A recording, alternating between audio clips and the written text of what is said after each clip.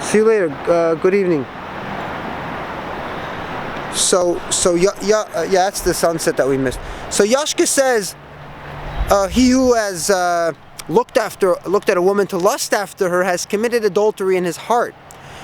So Jimmy Carter, in an interview with the Playboy magazine, says, I've committed adultery many times in some nonsense. So in the Maimer it says you cannot control your emotions, but you can control your thought, speech, and action, which is true to the point that if you had a terrible thought, you would dismiss it if it's something abhorrent. And then I look at the Verbreng and I see the scotch that they're drinking, and it's very expensive. And I'm looking at this and I'm like, wow, gluttony, I'm starting to have sfeikis. Maybe these guys, maybe it's Leila Chachamim Lechem, these are the guys living good. And I just don't, it's a birthday, so obviously I could understand. It's an occasion. But it was a lot of it. It was excessive, trust me, even to my standards. And I thought, well, they need this expensive scotch to compensate because they have cheap Chassidus. And the flavor of their Chassidus is very cheap. And then one guy was in Yeshiva, and he said to me, we remembered him in Yeshiva, I can't say his name, but he was a shliach, and he said, wow, I remember you in Zal, and we used to make you crazy at our table, me and my friend that is a shliach in Montreal, and they were like the elite bachrim, Yosef Lustig's guys. And they actually learned all day, and I said, no, you didn't bother me, I bothered you. I didn't belong in yeshiva. The only thing is we were in yeshiva because of our parents made bad choices, but I didn't belong there. If I was interested in Gemara, it should come from me. I should decide, look, I want to go to yeshiva 2 hours a day. I'm interested in having a 2 hours a day lecture in rabbinic text, and then Chassidus, which Chassidus I took seriously. Every day with Chezi, we'd go to the basement and we would knock off the whole Seder, Maimer, meaning, no, we'd go to the basement if some Shir and Yanigol Mashiach was going on upstairs and there was some disturbance, we wouldn't find any excuses not to keep our schedule. So that was interesting to me, but the rest was a waste of time. And I said to him, you guys were learning all day, so you guys were in the yeshiva. These were prized Talmidim. I don't even know what a guy like me was doing on their table. But the tragedy of the story is that someone like that, who is that focused and that serious, is now a shliach. And I asked him, what do you do? What's your shlichus? What's your, what do you take a joy? What do you take joy in doing? What do you want to do? You can do anything for the Rebbe. You could sweep floors for the Rebbe. But what do? You could raise money, or you can teach Torah. And after a long silence, I have to understand that he's doing odd jobs for the Rebbe. But this is no different than any other new religion, group, cult, where you have people do odd jobs for the group, and everybody thinks that they're special. Like if you ever try to walk into these cults, if you're brave enough and confident enough, you see a bunch of people sitting around, standing in the corners watching. And they're supposed to be like monitoring the situation. And these are people, when you ask them what do they do for a living, they'll tell you what the group is doing. And that's of course a myth. We're doing this, we're going to build this, we're going to go to this, we're going to buy this island. But none of them have worked on their own skills. So what if the group disowns you? One day you were caught stealing cholent, you weren't supposed to eat meat from 5 to 6, and they caught you and they kicked you out. What do you do it the rest of your life if you have no self-acquired skill? What are you going to do? Shalom! Ma shlomech?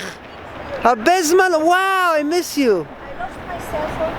I have a phone. I couldn't find you, and I wanted so much to thank you of what you left me on the cart, and I felt so What did I leave you? What did I leave you? You left me in Sukkot. Sukkot? Beautiful.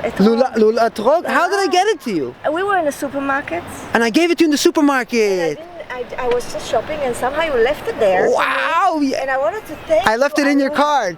Wow! And from Sukkot I didn't see you. I'm doing a video now. You want to say hello to my friends? How do I in look? Hebrew. Tagidi, you look great. Look at her. She's a. Hello. No, rega. The light is this way. Eze Yofi. And hello. You're so. This is an amazing man, a genius, and a beautiful, kind, generous heart.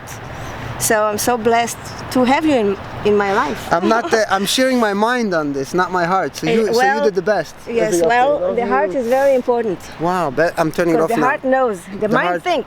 The heart knows. I was just talking about, we had a shiur yesterday. Where? In somebody's birthday in Long Beach. And I was actually, with the way I was dressed, I was not so modest. I was wearing jeans and, very free t-shirts. And then later on, we wore some mini, with boots and things like that. But later on in my life, when I was seeing moms, the way they dress up in front of their children and the way they come to pick them up, and somehow it did not feel right. Mm-hmm. There's something about when you get married, mm-hmm. especially also have children, mm-hmm. you need, I think, to modest it down, like to make yourself beautiful, always pretty. But there should be a certain code. It can be even fitted, somewhat, but not too mini and too revealing of the breast and all that. I think there's something about it being a mom that needs to be different. It's just a feeling. I felt that really genuinely, and I'm not in any means an Orthodox. Okay, so you see how I dressed, right? But there's something about when I saw mothers picking up their children and they're with mini and very revealing and all that, it just didn't feel right. Mm-hmm. It just didn't feel right. So there's a very attractive saying, "Chasidim ein mishpacha." So reading in the comments on the Chabad website about the reaction to the forcing the tznius standards, one woman writes, "I was a teacher in that school. Very good. Should force those. If you don't like those standards, go somewhere else." It's very attractive, that saying, "Chasidim ein mishpacha," but you're anything but a family because a family doesn't dispose of its members. And it goes in deeper about the Rebbe being a father. No father leaves children without an education or a skill to survive in the world. But that's something else. We'll get to that a different time. This is about the Rebbetzin standing up for the community in her own way. Go somewhere else means, if fear of death. If I die, it means I'm not going to be here. I'm not in Paris right now, so what's the matter? So I won't be here, and I'm not in Paris either right now. Go somewhere else is just like killing somebody. But we don't need you here. Go somewhere else. Where will you go? That doesn't bother me. I just don't want to see you. The Jews were a very small percentage in Germany. You want to know what happened? They were a very small percentage. So people thought it's not so bad.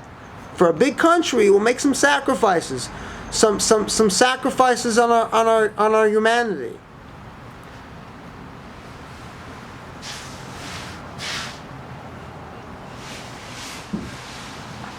Yeah, I was a teacher in that school. If you don't like these standards, go somewhere else. It's not a mishpacha. You'll become a balas tshuva. You'll buy into the whole system, and then you'll find out 20 years later that you're disposable. That's the story. That's the story here.